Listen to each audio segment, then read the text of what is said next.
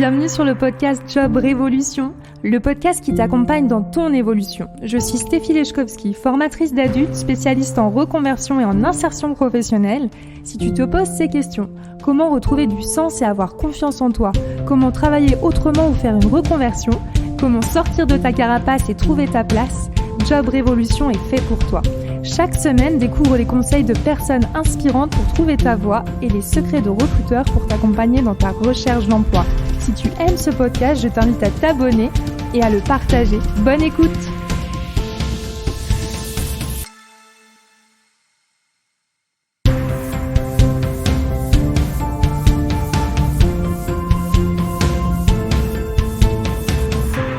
Bonjour, j'ai le plaisir de vous présenter Élodie.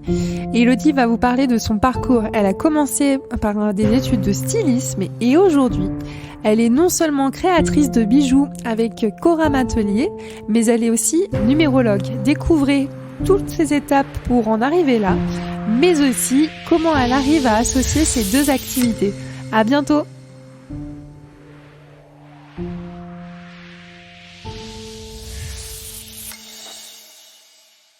Bonjour Élodie, bienvenue. Bonjour Stéphie. Je suis ravie de t'accueillir pour cet épisode qui va justement pouvoir mettre en avant une jolie évolution professionnelle. Alors ce que j'apprécie énormément dans ton parcours, c'est que justement on peut parler de reconversion professionnelle, mais surtout d'étapes.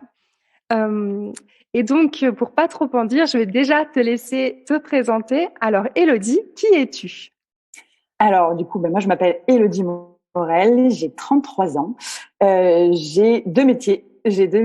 Donc, à la base, j'ai créé une marque de bijoux il y a maintenant 10 ans. Et entre-temps, je suis également devenue numérologue. Donc, je vous en dirai plus un petit peu plus tard. Mais du coup, moi, aujourd'hui, j'accompagne les humains en général, femmes, hommes, pas trop enfants encore, mais peut-être, à se connaître grâce à l'outil de la numérologie. Et ensuite, grâce à des bijoux qui vont soutenir l'énergie qu'on aura décelée pendant leur thème. Donc des bijoux qui vont symboliquement et énergétiquement, grâce à la lithothérapie, grâce aux pierres, du coup, soutenir leur énergie. Voilà en résumé. Sinon, je suis une grande passionnée de l'être humain, de la compréhension de ses fonctionnements, de la nature, de la vie et de l'amour avec un grand A. Voilà. Magnifique, super. Alors justement, quel a été ton cheminement, ton parcours qui t'a mené vers ces deux métiers ?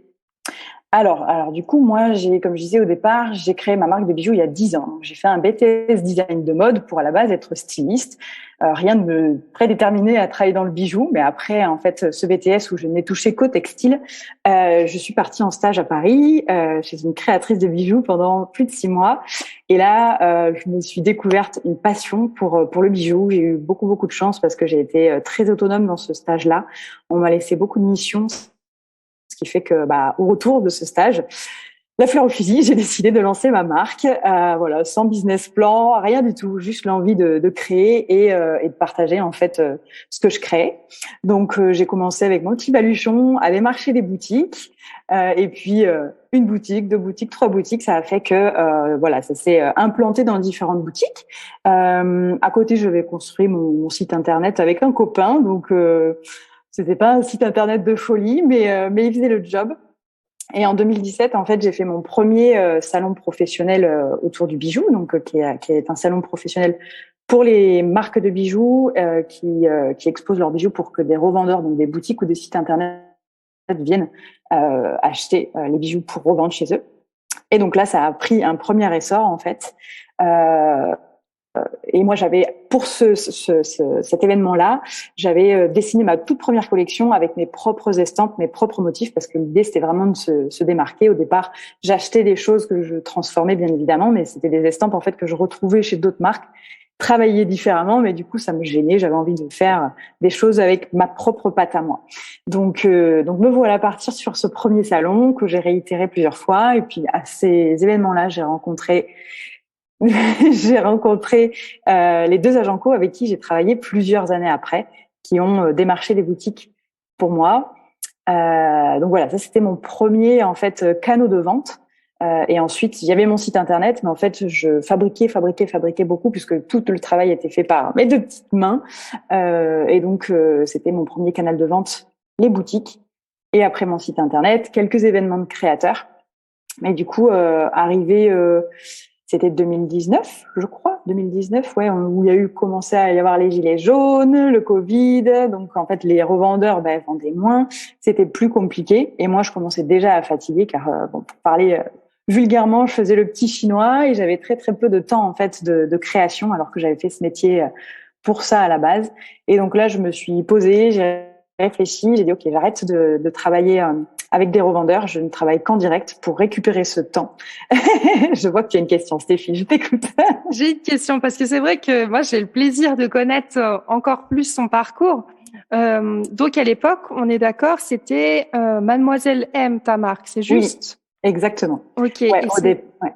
C'était quel type de bijoux? Enfin, comment tu as créé ton identité et puis comment tu as choisi de créer tes propres bijoux, en fait? Mes propres motifs, tu veux dire, qui étaient Ouais. vraiment... alors, en fait, au départ, j'achetais mes estampes chez des fournisseurs qui étaient à Paris. Et en fait, le déclic, ça a été, comme je le disais, que ces estampes-là, en fait, je les revoyais chez d'autres créateurs, certes qui étaient travaillés différemment, mais en fait, j'étais hyper frustrée parce que les gens, en fait, ne comprenaient pas forcément, enfin, les clients ne comprenaient pas pourquoi ils voyaient ça chez moi et ailleurs, etc. Alors, certes, pas travailler pareil, mais voilà.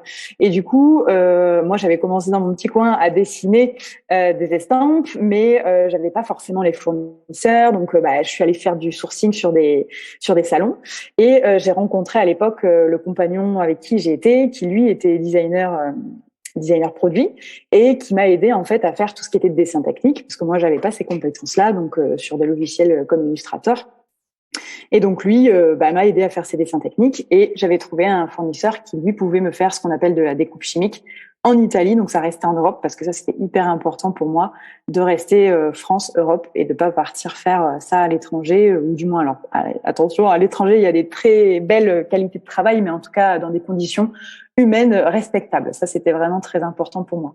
Donc ça a été le déclic. Alors c'était un challenge parce que c'était un investissement financier que moi j'avais pas l'habitude de faire, même si j'avais au tout départ, en fait, j'ai fait un prêt, moi, pour financer mon site internet et acheter mon premier stock. Enfin, mon deuxième, parce que le premier, j'avais financé avec mes petites économies personnelles. Donc c'était un challenge et un pari pour moi aussi de faire ce salon pro avec cette collection-là, parce que pareil, un salon pro, ça coûte de l'argent. Et en fait, c'était tellement galvanisant. Je me souviens quand je suis arrivée sur le stand, j'étais tellement excitée, tellement heureuse pour moi, c'était la cour des grands, en fait. Aujourd'hui, je pense avec beaucoup de recul et c'est rigolo parce que j'y vais toujours, moi, en tant que visiteuse, mais c'était une première grande étape pour moi d'être revendue dans des boutiques. Donc voilà, l'élément déclencheur, ça a été ça. Et puis, j'avais aussi une autre question parce que c'est vrai que quand on t'écoute, on a la sensation du coup que tu as pu gagner ta vie tout de suite en créant tes bijoux. Donc, est-ce que tu es passé par un autre job ou d'autres missions complémentaires? Exact, tu fais bien de poser la question. Alors, juste avant, en fait, alors quand j'ai décidé de lancer ma marque, bien évidemment, financièrement, le temps que ça se mette en route, c'était pas, ça y est, je gagne tant d'euros dans ma poche. J'ai pris un job alimentaire. J'étais vendeuse dans un magasin dans lequel je suis passée adjointe. Et c'est rigolo parce qu'à côté, en fait, je commençais tout doucement à fabriquer, à créer. Au début, c'était des réunions entre copines. Voilà, j'avais commencé à démarcher quelques boutiques, mais c'était tranquille puisque j'avais ce job alimentaire en fait qui faisait que j'étais pas pressée en fait. Et moi, j'ai toujours fonctionné comme ça, c'est-à-dire que je fonctionne souvent au dernier moment, dans le speed, etc. C'est là que j'excelle. Alors peut-être qu'avec le temps, je me calme un peu, mais voilà, c'était mon fonctionnement. Aujourd'hui, je revois les choses quand même bien différentes dans ma manière de faire, mais en tout cas, c'était ça. Ce qui fait que j'avais un job alimentaire que j'ai gardé pendant 4 ans. Pendant 4 ans. Et donc j'ai évolué dans ce poste-là. Et quand j'ai demandé en fait à passer le stade au-dessus et à vouloir déménager dans une autre ville et donc être gérante d'un magasin, ils ont mis 1 an à accepter. Donc et quand ils ont ils m'ont accepté ma mutation et ce poste-là, ben, j'ai dit, bah non, en fait, c'est trop tard. Je pars et j'y vais à fond dans ma marque de bijoux et puis tant pis, on verra bien ce qui se passe. Si ça prend, tant mieux. Alors j'avais demandé une rupture conventionnelle qui n'avait pas été acceptée, donc j'avais fait un abandon de poste.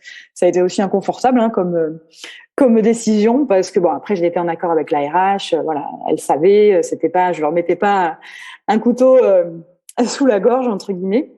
Donc ça a permis en fait d'avoir moi mon chômage aussi pendant 2 ans. Donc voilà, pendant ces 2 ans, c'est à partir de là que vraiment j'ai été à fond pour pouvoir développer en me disant voilà, t'as 2 ans.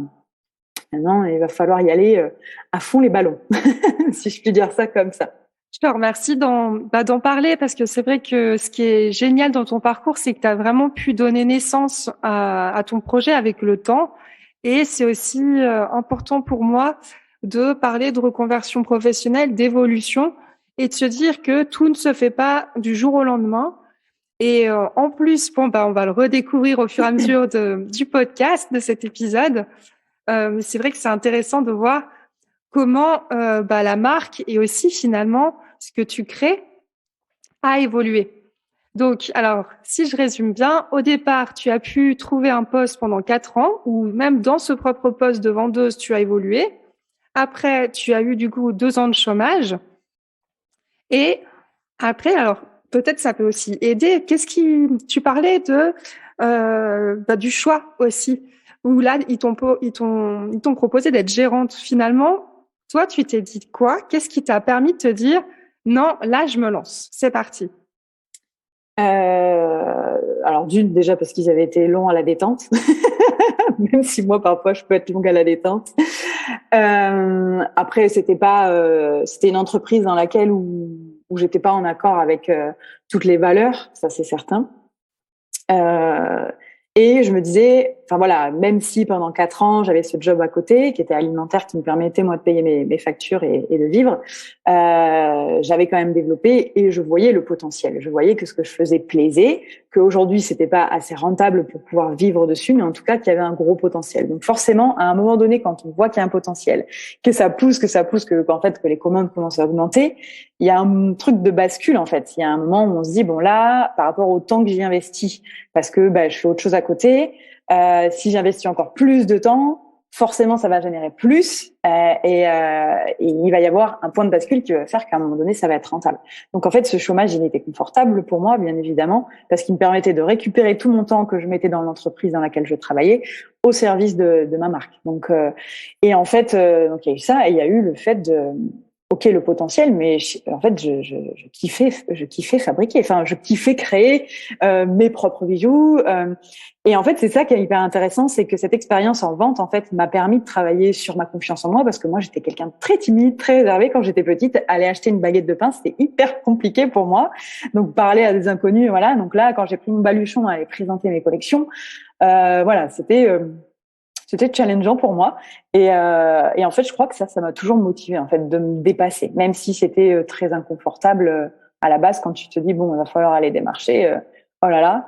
Et à chaque étape, en fait, ça me galvanisait, ça me donnait confiance en moi, ça me donnait de l'estime aussi pour moi.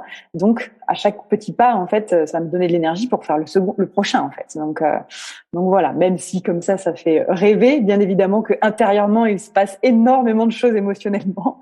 Mais c'est ça qui a fait que, en fait, petit pas par petit pas, et se rendre compte, en fait, du chemin parcouru. Mais cette expérience dans le salariat, qui était pas ma première pour moi parce que j'ai travaillé avant pendant mes études, mais qui était la première vraie, en fait, m'a énormément apporté, moi, après, pour mon entreprise, dans la vente, dans la gestion des clients. Donc ça, c'était vraiment une force aussi que j'aurais pas eu si j'y étais vraiment allée la fleur vraiment au fusil sans passer par cette étape-là avant. Donc voilà. Et puis, ouais, pour reparler de cet élément déclencheur, c'était vraiment, j'adore ça. Et si je le fais pas, en fait, je vais regretter à un moment donné dans ma vie de pas m'être lancée. Donc, je m'étais dit, j'en ai des frissons d'en parler, si à un moment donné dans mon parcours, je me retourne et je me dis, waouh, j'aurais dû faire ça. C'est horrible. En fait, là, je me disais, de toute façon, tu testes et tu verras bien. Si jamais ça marche pas, tu pourras rebondir. Il y aura forcément une solution. À un moment donné, tu trouveras forcément une solution, tu retourneras trouver un job salarié, etc. Mais bon, ça fait 10 ans que dans ma tête, c'est impossible en fait de retourner au salariat, même s'il y a eu des périodes où je suis retournée parce qu'il y a eu des moments ou de creux ou des moments de changement de vie personnelle aussi qui ont fait qu'il y avait besoin de retourner au salariat pendant un temps donné. Voilà, dans ma tête, il a toujours été impossible d'y retourner à 100%.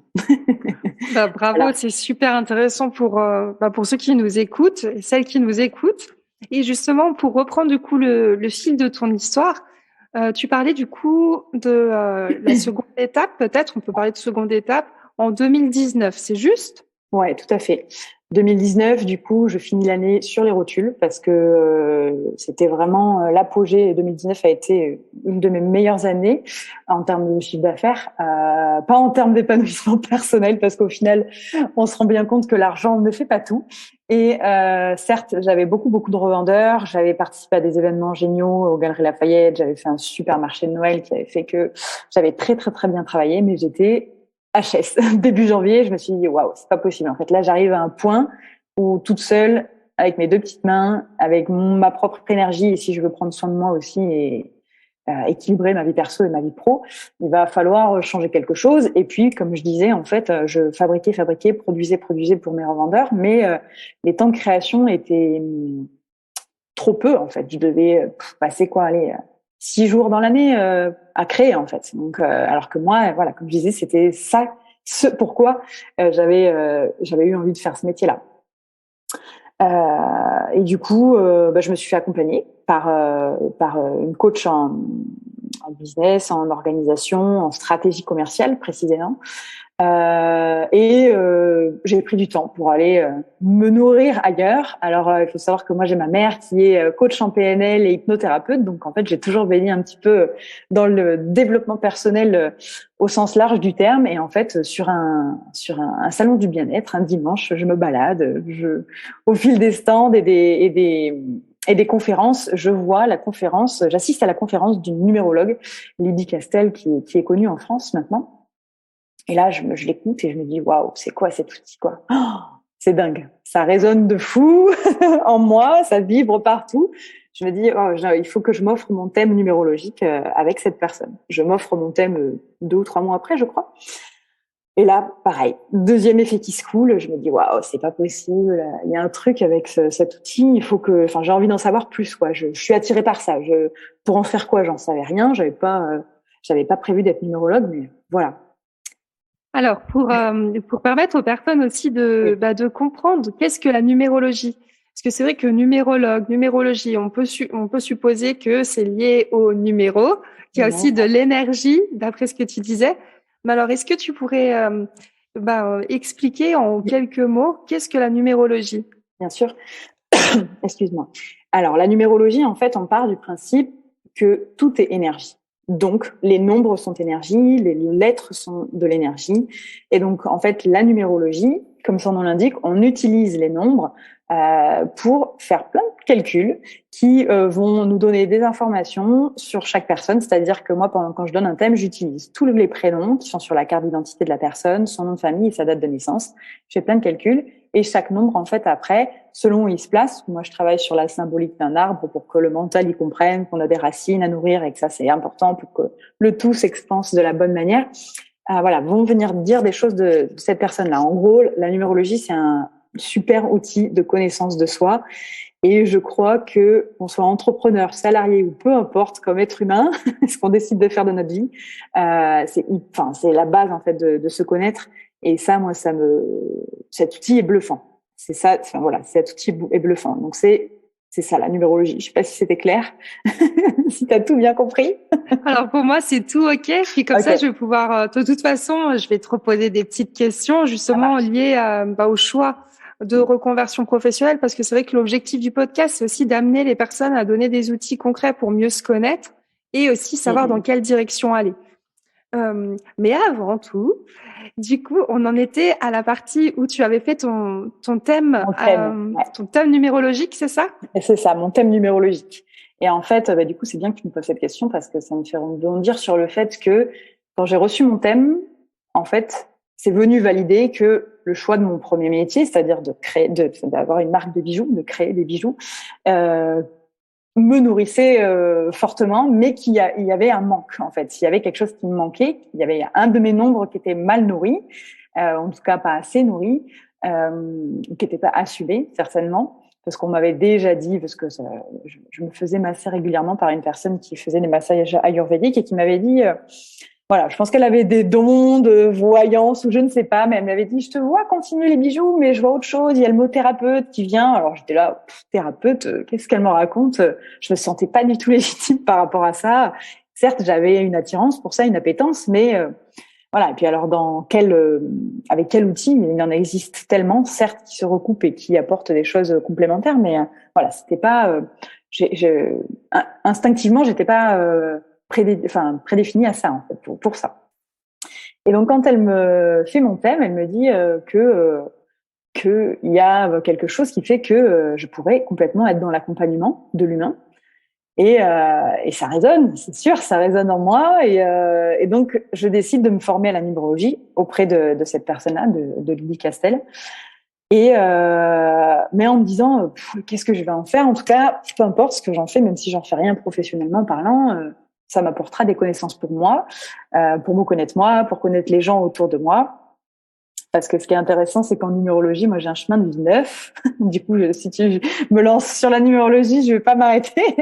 Ce qui fait que je suis un peu quelqu'un d'utopiste et que je ne vois que le côté positif des choses.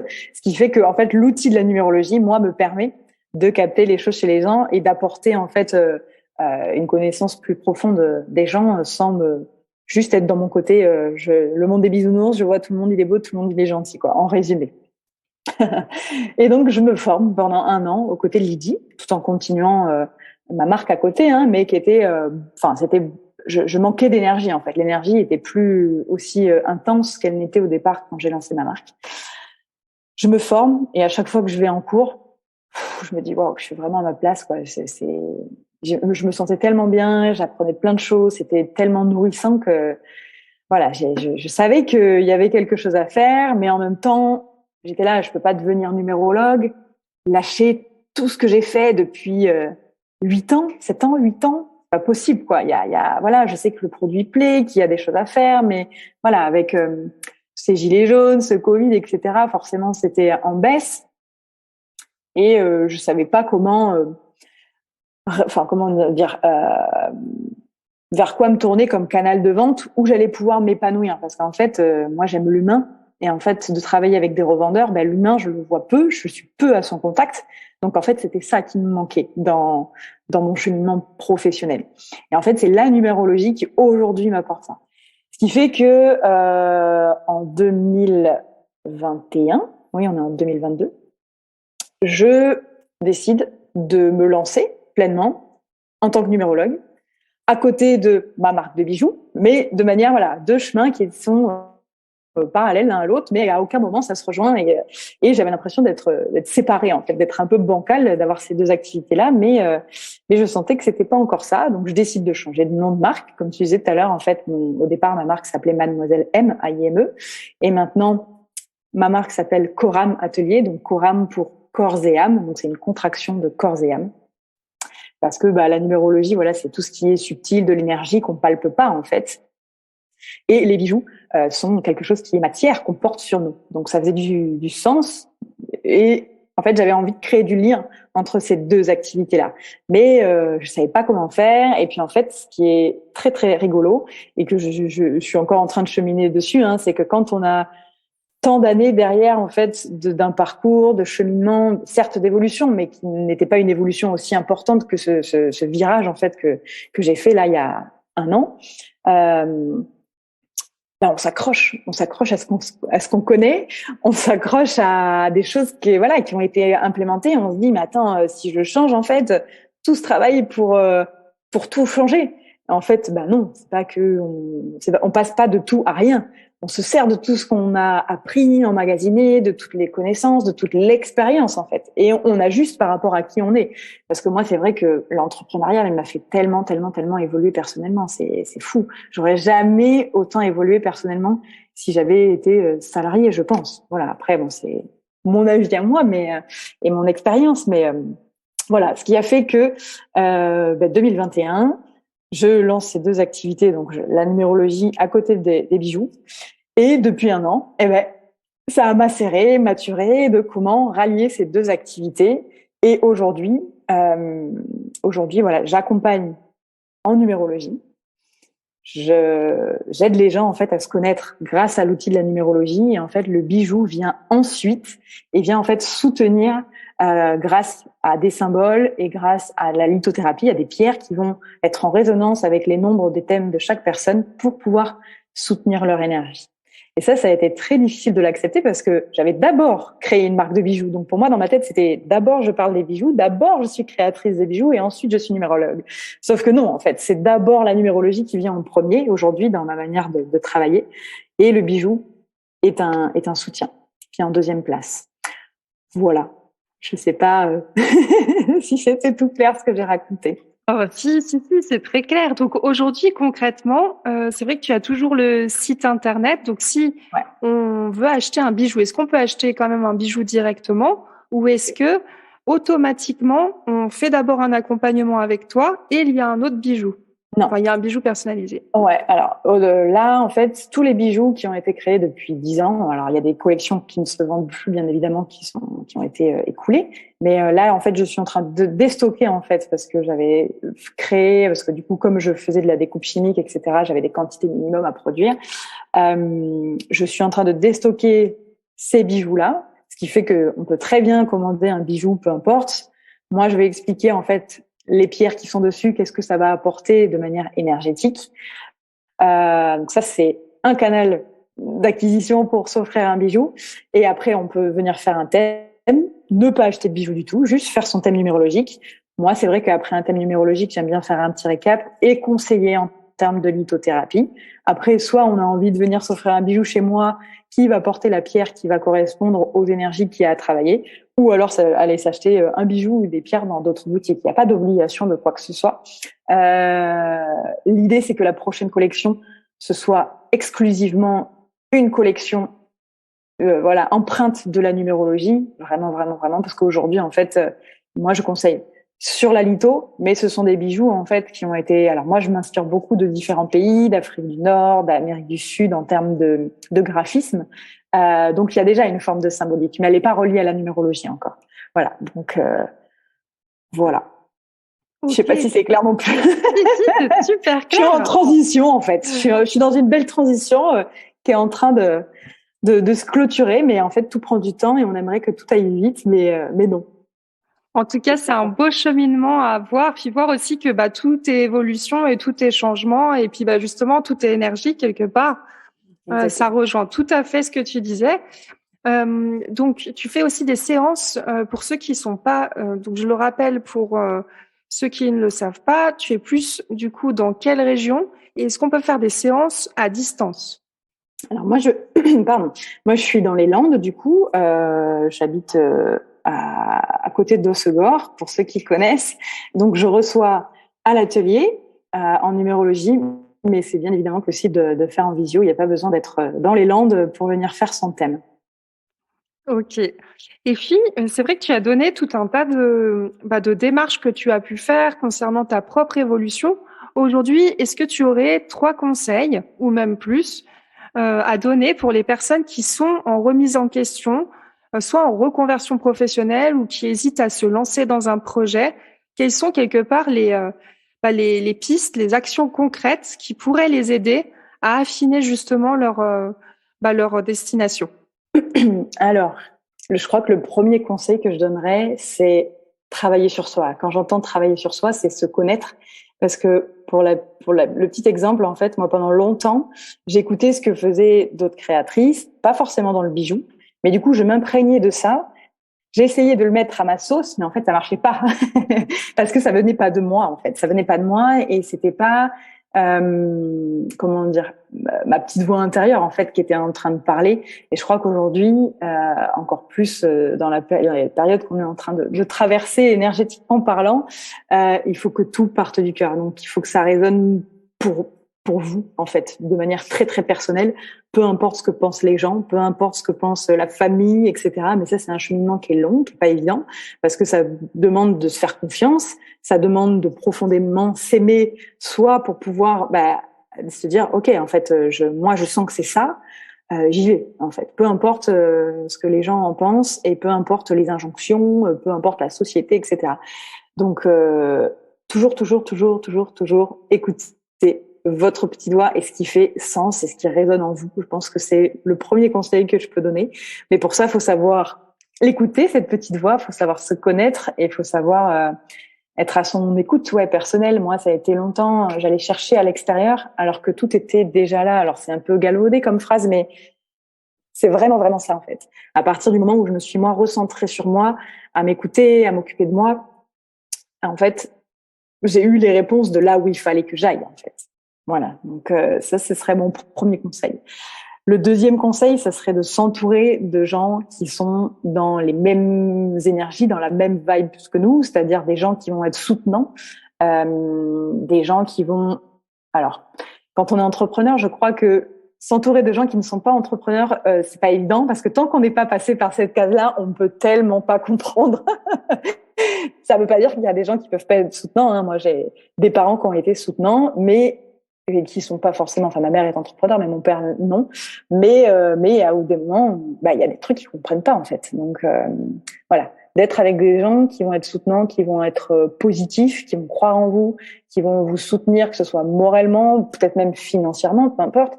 Mais voilà, même des entrepreneurs qui vont avoir des activités. Enfin voilà, moi quand je me suis fait accompagner par une coach en stratégie marketing et commerciale. Alors moi, je me fais aujourd'hui, je me fais accompagner plus sur le plan perso, mais ça a un impact énorme sur le plan pro, de manière énergétique, c'est-à-dire que je prends soin de moi et il y a des gens qui prennent soin de moi. Je me fais masser, je fais des soins énergétiques, je vais échanger avec d'autres thérapeutes aussi qui vont, en fait, où les discussions vont être enrichissantes et vont me nourrir moi pour moi. Donc ça, c'est vraiment, vraiment important. Si on est entouré que de gens qui disent mais non, tu n'y arriveras pas, etc. En fait, les gens sont que le reflet de leur propre peur. Donc ça, en fait, ça peut à un moment donné nous bloquer, nous dire mais en fait, t'es sûr le choix que tu vas faire là, est-ce que c'est vraiment raisonnable?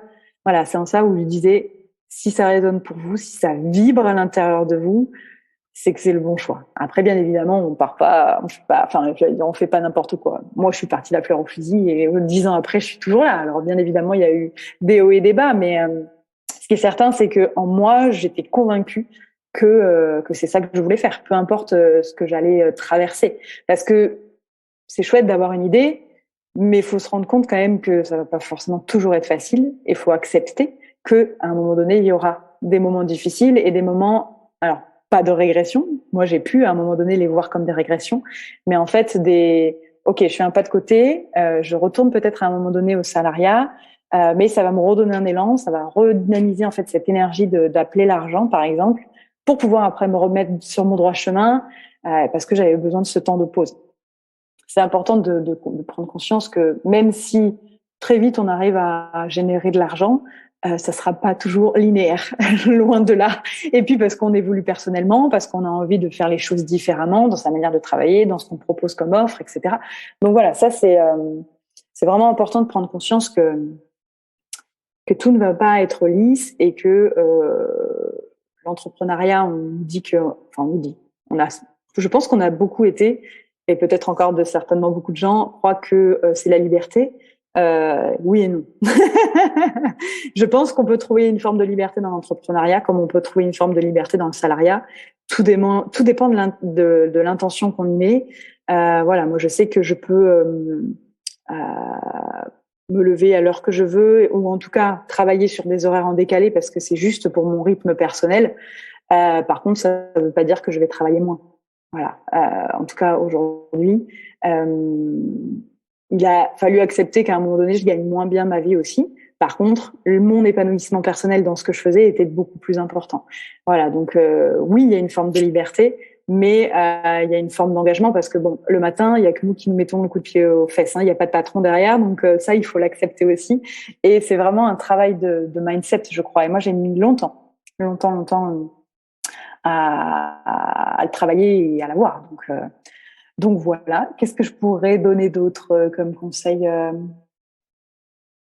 Alors déjà, le troisième conseil, si je suis bien, ce serait justement d'accepter que tout ne soit pas linéaire et qu'il y aura Ouais, forcément des passages à vide, des remises en question ouais. et que c'est OK. Que c'est ok et que c'est même essentiel en fait. Essentiel parce que en fait on n'est pas la même personne. Enfin moi je suis pas la même personne qu'il y a 10 ans, mais qu'il y a même 2 ans en fait, même 1 an. Ce qui fait que régulièrement en fait il y a des mises à jour, si je peux appeler ça comme ça, se poser, d'introspecter, de dire ok là où j'en suis où, ça, ce que j'ai fait, telle action, qu'est-ce que ça a apporté sur le plan financier, mais aussi personnel? Est-ce que c'était facile? Est-ce que c'était fluide pour moi? Si ça l'était pas, même si ça a apporté de l'argent, bon, il y a peut-être des questions à se poser, en fait, pour toujours être aligné à ce qui fait sens pour nous, hein, parce que c'est quand même la base. Et je crois que quand ça fait sens pour nous et que ça vibre à l'intérieur, tout se déroule de la meilleure des manières. Après, il faut savoir capter les opportunités qui se présentent à nous. Mais oui, ces passages à vide, c'est OK, c'est important de le comprendre et de l'accepter. Et c'est encore plus chouette une fois qu'on a compris que ça pouvait nous apporter énormément, en fait, encore plus. Parce que ça vient apporter de l'eau à notre moulin, ça vient faire que c'est des temps de pause aussi pour pouvoir prendre du recul, forcé parfois, mais qui vont apporter des prises de conscience et qui vont peut-être réajuster les choses pour que ça soit plus juste. Voilà. J'aime bien parler des fois quand j'accompagne les personnes justement dans leur transition, parler aussi de pause pour prendre de l'élan en fait. C'est comme quelqu'un qui fait du sport quelque part, s'il fait pas de pause, il va s'épuiser et puis Exactement. quitte même à se blesser et puis pour plus jamais pouvoir courir par exemple. Tandis que dans la vie en général et surtout dans les périodes de transition, les moments de pause sont hyper nécessaires pour prendre de l'élan et à nouveau prendre soin de soi. C'est aussi prendre ce temps et l'accueillir et pas être allé contre-courant en fait. Mm. Et si on se sent épuisé, que ce soit physiquement, mentalement, c'est prendre ce temps de pause et l'accueillir, être OK en se disant OK, là, il va falloir que je trouve des solutions pour accepter que ça va pas forcément exactement comme j'aurais envie. Et après, trouver des solutions, des méthodes. Ce qui est super intéressant dans ce que tu dis aussi, c'est l'accompagnement aussi bien sur le côté stratégique, parce que toi, tu as lancé du coup ton activité d'indépendante à 100%, mais il y a aussi cette notion d'équilibre personnel où on peut tout aussi bien se faire accompagner de différentes manières pour être bien personnellement, pour pouvoir suivre aussi son projet. Donc, je Complètement. trouve super intéressant. Du coup, ça me fait rebondir sur ce que tu dis, c'est-à-dire que quand on arrive à un moment donné où on est épuisé physiquement, mentalement, on est déjà allé bien plus loin que ce qu'on aurait dû.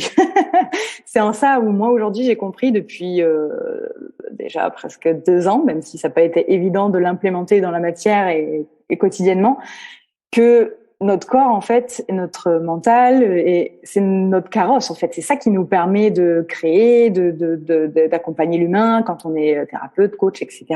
Peu importe ce qu'on fait comme métier, mais si on n'en prend pas soin au quotidien, comme tu dis, la machine à un moment donné, elle s'enraye quoi. Donc, et en fait, on arrive à un moment donné où la pause est forcée et cette pause elle va durer peut-être plus longtemps et elle va être beaucoup plus inconfortable que si on prend soin de soi au quotidien. Donc c'est vrai que moi, il y a des jours, alors parce que le système dans lequel j'ai choisi de travailler, c'est-à-dire je travaille toute seule, donc j'ai pas d'employé, j'ai personne qui dépend de moi, etc. Alors ça a des avantages et ça a des inconvénients, bien évidemment. Ça ne veut pas dire que ça évoluera pas un jour, mais en tout cas pour moi c'est confortable aujourd'hui.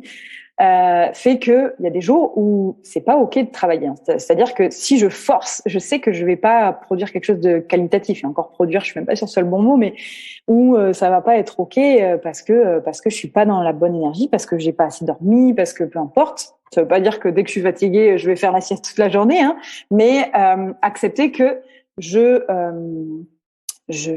prends soin de moi pour pouvoir après revenir de manière beaucoup plus qualitative en fait. Et c'est important de. Je pense que c'est fini ce système de je cravache, je cravache, je cravache, je cravache, je cravache. Je pense que ça a ses limites. Je pense qu'il vaut mieux faire les choses step by step, prendre le temps pour poser des bases solides, faire en sorte que les choses soient pérennes, plutôt que d'y aller à fond les ballons, de s'épuiser physiquement, moralement, qui après fait qu'on n'a plus l'énergie pour porter son entreprise, pour soutenir l'énergie de son entreprise. Donc ça, je pense, enfin voilà, moi aujourd'hui c'est quelque chose qui fait partie de mon quotidien et qui est vraiment très très important. C'est-à-dire, moi j'ai une maman, je l'adore, elle m'a énormément apporté, mais c'est vrai qu'elle, par exemple, dans son métier, elle a énormément de mal à accepter quand il y a un rendez-vous qui s'annule. Parce que voilà, elle se dit oh là là, enfin, voilà, peu importe ce qu'elle se dit dans sa tête, mais ce qui fait que ce temps-là, elle pourrait s'en servir pour lire des bouquins, pour aller continuer des formations, etc. Et en fait, ça, elle a l'impression que c'est pas du travail, mais c'est du travail en fait. Moi, je sais que j'ai mis du temps à accepter de me dire, j'adore aller dans des librairie, feuilleter des bouquins, m'acheter des livres, etc. Et ce temps-là, c'est du travail, c'est un moment de ressourcement, mais d'inspiration pour pouvoir après aller nourrir ma créativité quand je vais créer des collections, etc. Et ça, c'est aussi du travail, par exemple. C'est aussi du travail d'aller échanger avec une autre thérapeute sur ses pratiques à elle, etc. pour pouvoir nourrir, moi, ma manière de travailler, d'amener les choses, pour pouvoir faire du lien, parce que j'aime aussi faire du lien avec plein de choses, mais voilà, c'est se rendre compte que travailler, c'est pas être juste derrière son ordinateur à produire, c'est pas que ça. Voilà. Merci pour tous ces conseils, c'est hyper concret et puis ça me permet aussi de revenir sur l'objectif de ce podcast et sur le podcast, etc. Mais surtout aussi sur mon activité, qui est à dire accompagner avec l'ikigai et aussi le bilan de compétences. Je vais parler peut-être plus du bilan de compétences pour pas aller trop loin dans l'ikigai, mais concrètement, le bilan de compétences, on pense que c'est uniquement se focaliser sur le côté professionnel. Or, tout comme n'importe quel outil de connaissance de soi, ça permet de se connaître personnellement et professionnellement. Et c'est mettre quelque part mettre en lumière toutes les étapes de notre vie et savoir qu'est-ce qu'on en a appris, que ce soit des étapes difficiles ou des étapes justement qui sont vraiment chouettes. Donc j'aime beaucoup justement tout ce que tu partages dans ce que tu dis, aussi sur la notion de se connaître, de prendre soin de soi et de se dire que ça fonctionne aussi par étapes et que quelque part une reconversion, justement je m'intéresse encore au nom du podcast. Pour ceux qui écoutent, là nous sommes en août, ce sera sûrement diffusé je pense en octobre-novembre, mais à ce jour je pense au nom du podcast et je pense sincèrement mettre sûrement le mot évolution. Parce que quelque part, une reconversion, c'est surtout, j'ai envie de dire, un côté renaissance, en fait. C'est évoluer avec soi, avec son temps, puis avec tout ce qui va autour. Et je trouve que ton parcours, il est hyper sain et hyper encourageant pour beaucoup. Et puis, je me permets quand même de revenir à ce que tu dis. Tu dis, oui, je suis partie la fleur au fusil, tout ça. Excuse-moi, moi, je suis pas du tout d'accord. Hein. En tout cas, je sais pas ce qu'en pensent les auditeurs, mais tu as quand même été, au départ, tu t'es lancée en tant que styliste, puis après, tu as quand même cherché un job. Enfin, tu t'es pas lancée, j'ai envie de dire, sans prendre quand même des garde-fous, que ce soit financier ou faire les étapes. Enfin, t'as cherché aussi des accompagnements pour t'aider dans ton évolution. Donc, disons que oui, t'as écouté ta flamme, oui, dès le départ. T'as fait attention aussi à pas te brûler par la passion aussi quelque part. Mais ce que je trouve chouette, c'est que tu l'as préservé et que quelque part tu permets aussi aux gens d'éclairer leur chemin grâce à à ce que tu crées et aussi à la numérologie.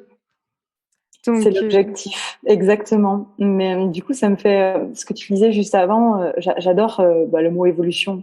Moi, il fait partie de mes valeurs et des choses qui sont très importantes que je nourris dans mon quotidien et c'est une valeur que je recherche chez les gens avec qui je connecte. Ça, c'est certain, dans le sens où tout est évolution, tout est changement tout le temps. Donc, c'est en ça où je te disais, où moi, ça a été difficile. Il y a eu une forme de rigidité à vouloir garder ce qui était présent, ce qui avait été difficilement créé, gagné, voilà, avec beaucoup de peur, de sentiments d'illégitimité parfois. Hein, mais ça, en fait, ça évolue, ça bouge tout le temps. Quand j'ai mis beaucoup de temps à dire, à verbaliser, je suis créatrice de bijoux. Ça a été beaucoup plus facile, beaucoup plus rapide de dire je suis numérologue. Et encore que j'aime bien dire j'utilise la numérologie parce qu'en fait Alors bon, là, je vais partir dans quelque chose de très ésotérique, mais j'ai plus l'impression d'être juste un canal, en fait, ce qui permet de prendre de la distance avec soi, son ego. Certes, on a des responsabilités, mais en prenant cette distance-là, ça permet aussi de pas être dans l'émotionnel. Moi, je suis quelqu'un de très très émotionnel, très émotive, et ça a été aussi un long cheminement, même dans mon rapport à mes fournisseurs, etc.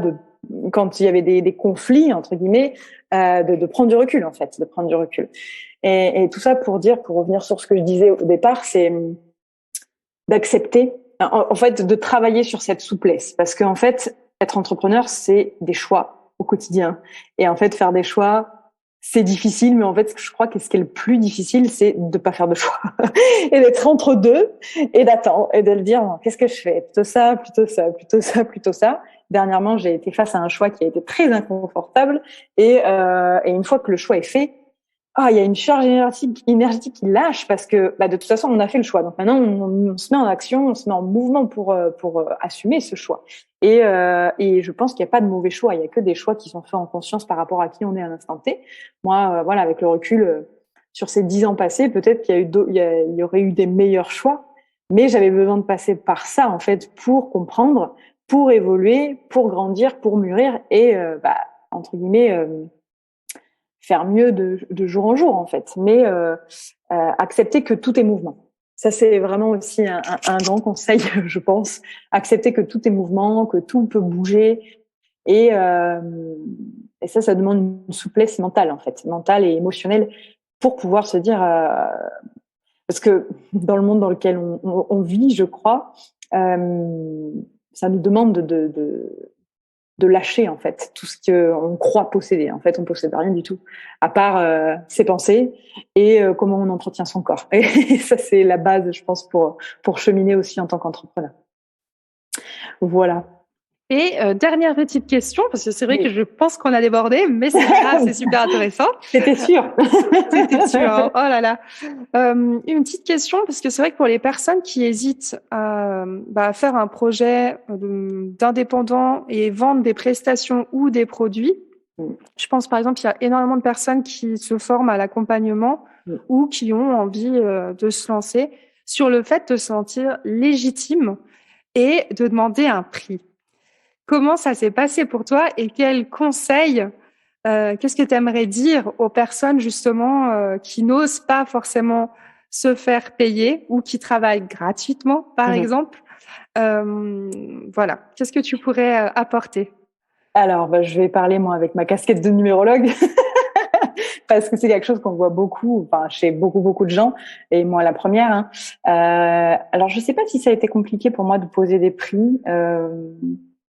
Ça a été moi en fabriquant un produit, c'était facile de calculer un prix par rapport au coût de revient.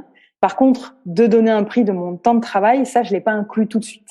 Donc en fait, quand on a du mal à poser un prix et à se faire payer, ça vient parler de l'estime qu'on a pour soi. Parce que l'estime de nous, en fait, vient nous parler de notre valeur.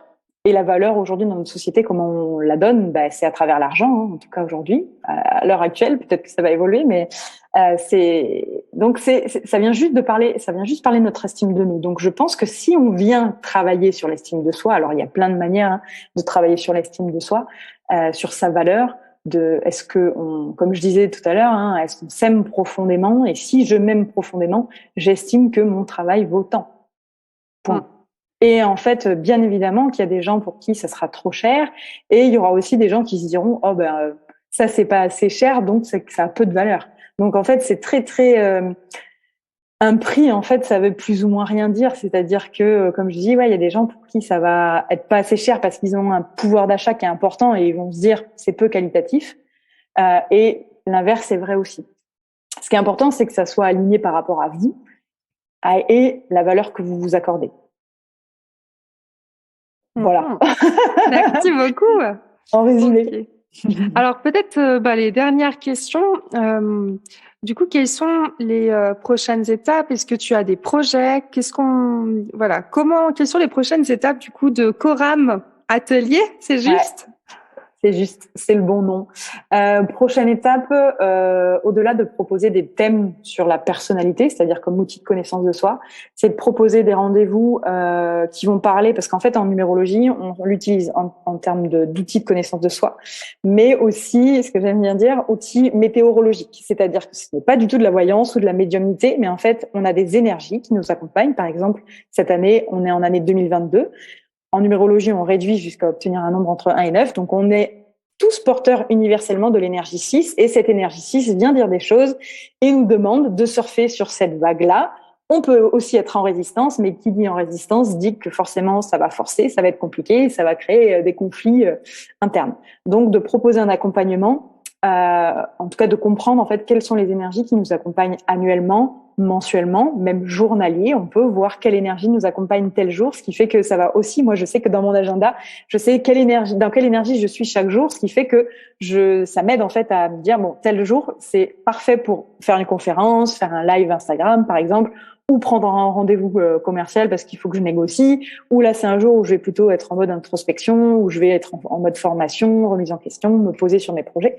Donc ça c'est hyper intéressant, que ce soit pour des entrepreneurs ou non d'ailleurs, hein. Donc ça, c'est la prochaine étape. Et j'aimerais proposer un accompagnement sur du long terme, c'est-à-dire que quand je donne un thème numérologique, on passe 2 heures, 2 heures et demie ensemble. Et après, vous êtes responsable de ce que vous en faites. Et je me rends compte que oui, les gens en fait sont hyper contents, reçoivent plein d'informations, mais après, comment je passe à l'action, comment je l'implémente dans la matière, ça c'est plus compliqué. Donc l'idée, ça serait de développer un accompagnement sur peut-être 2-3 mois. Et prochain projet aussi, la toute première collection vraiment numérologie en fait, en accord avec des symboles et la lithothérapie, j'espère en 2023. Voilà. Ok. Pas dire plus parce qu'après j'en ai plein d'idées, mais chaque chose en son temps. Bravo, c'est super. Et du coup, pour les personnes que j'accompagne, par exemple dans leur transition, maintenant je vais dire transition, évolution personnelle, professionnelle. Est-ce que justement tu leur recommandes? Je pense que oui, d'après ce que tu dis, mais est-ce que tu penses que ça peut vraiment les aider de faire une séance avec toi sur la numérologie pour les accompagner dans cette transition? Complètement. Avec moi ou un autre numérologue, peu importe, mais c'est vrai que l'outil de la numérologie, mais comme j'imagine Ikigai aussi et d'autres outils, il faut choisir un outil qui nous parle et qui nous appelle.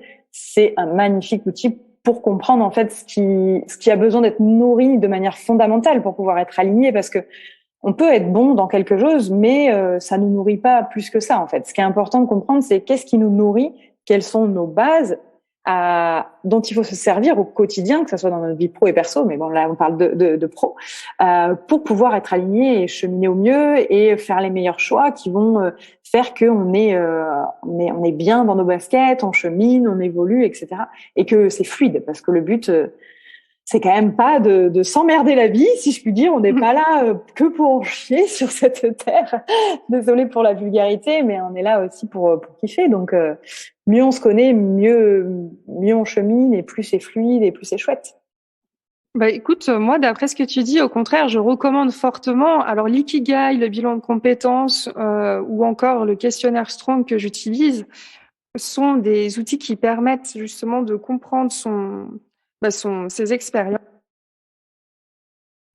Mais par contre, c'est vrai que pour pouvoir être à l'écoute de soi et faire ce travail, parfois, par exemple, j'ai pas mal de personnes qui ont des moments aussi où elles ne sont pas bien, où justement elles sont en baisse d'énergie. Et d'ailleurs, j'insiste là-dessus aussi, c'est que il y a un moment pour tout. Donc, s'il y a des fois où, quand les personnes sont en recherche d'ikigai ou dans leur bilan de compétences, si elles se sentent pas de faire une séance, moi, je leur dis, c'est pas grave, on reporte. Je préfère qu'on reporte la séance pour que la personne soit présente, vraiment, et pour pouvoir faire une belle séance. Parce qu'en fait, sinon, c'est complètement contre-productif, j'ai envie de dire. Puis en plus, ça pourrait risquer pour la personne, en fait, qu'elle se dévalorise parce qu'elle n'a pas les idées claires, etc. Alors que c'est tout à fait OK. Et du coup, je me dis que quelque part, si tu leur donnes un outil de compréhension d'elle, et puis de pouvoir gagner en énergie, il y a des jours où on se sent fatigué, des jours où on se sent plus épuisé, il y a des jours où on est plus touché par des choses, et je trouve que l'aspect lithothérapie plus connaissance de soi avec ce que tu proposes, ça pourrait vraiment être un complément pour peut-être soit amorcer une transition ou soit justement la faire en douceur. Ouais, tout à fait. Parce qu'en fait, ce qui est intéressant avec la numérologie, si tu veux, c'est que quand il y a quelqu'un qui vient en thème, moi, je vais expliquer tel nombre, qui est par exemple ton chemin de vie, ta première racine. Quand il est bien nourri, comme on dit en numérologie, il y a ça qui en découle. Quand il est mal nourri, il y a ça qui peut se passer. Donc en fait, quand tu ressens en fait ce qui peut être dans le négatif du nombre, c'est une alerte de te dire ok, là je suis plus en train de nourrir ce qui est essentiel pour moi.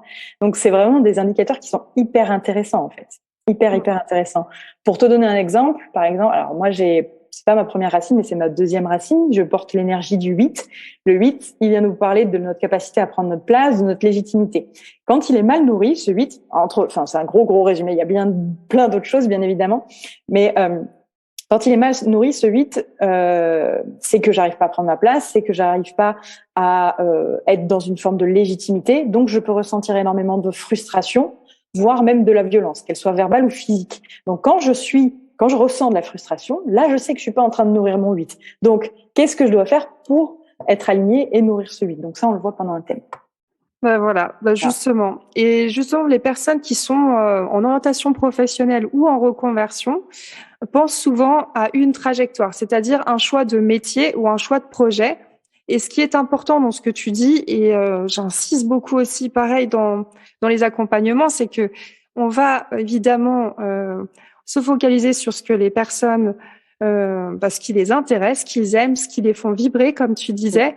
Mais au-delà de ça, il y a aussi toutes les conditions de travail à anticiper. Ça veut dire, est-ce qu'on est plus quelqu'un qui a besoin de travailler seul? Est-ce qu'on est plus quelqu'un qui a besoin de travailler en équipe? Est-ce qu'on est plus quelqu'un qui a besoin de travailler dans la nature? Et tout ça, les outils comme ceux que tu proposes ou d'autres sont forcément très, très utiles pour gagner en assurance sur un projet et être sûr de là où on veut aller. Et puis, comme tu le disais aussi, forcément, plus on se connaît, plus on gagne en estime de soi. Donc, voilà, comme quoi l'ikigai, le bilan de compétences et toutes les autres méthodes de développement personnel sont totalement complémentaires. Et plus on se connaît, plus on va gagner en confiance par rapport à soi et par rapport à sa trajectoire de vie aussi. Exactement, je suis complètement d'accord avec toi. Bon, voilà. Écoute, je pense qu'on est bon. Est-ce qu'il y aurait quelque chose que tu aimerais partager avant de finir cet épisode? Connectez-vous à vous. Écoutez ce qui vibre en vous. Il n'y a que ça qui, à mon avis, nous rend heureux profondément, que ce soit dans le pro ou dans le perso, et d'écouter cette petite voix. Je sais que c'est pas évident parce que les injonctions, l'éducation, la société, mais quand on chemine et qu'on arrive à se défaire de tout ça, c'est tellement beau, en fait, tellement puissant, malgré tout ce qui peut arriver autour. Voilà. Ce sera le mot de la fin. Élodie, du coup, je te remercie. Un grand merci pour toute cette énergie, justement, et tous tes conseils. Et je vais mettre, évidemment, tous les liens dans le descriptif du podcast qui vous permettra, du coup, de suivre le site internet, mais aussi les accompagnements si vous êtes intéressé, et les actualités. Vous pouvez aussi retrouver Elodie sur Instagram, c'est juste? Ouais, tout à fait, sur Instagram, exactement. Moi, je te remercie beaucoup, Stéphie, de m'avoir invitée dans ton espace et pour ce bel échange qui est nourrissant aussi pour moi. Merci beaucoup à toi. Merci. Merci à tous d'avoir écouté cet épisode en entier. Un grand merci, Elodie, d'avoir pris le temps de répondre à mes questions. Pour la petite histoire, j'ai du coup fait une séance avec Elodie suite à cet épisode. C'était super intéressant, franchement c'est bluffant. Donc pour mieux se connaître, je vous invite pourquoi pas à découvrir votre thème avec elle. Je vous mets son site internet dans le descriptif. Et au plaisir d'en discuter, pourquoi pas ensemble. Je vous invite à vous abonner au podcast si vous avez aimé cet épisode. Rendez-vous la semaine prochaine. À bientôt.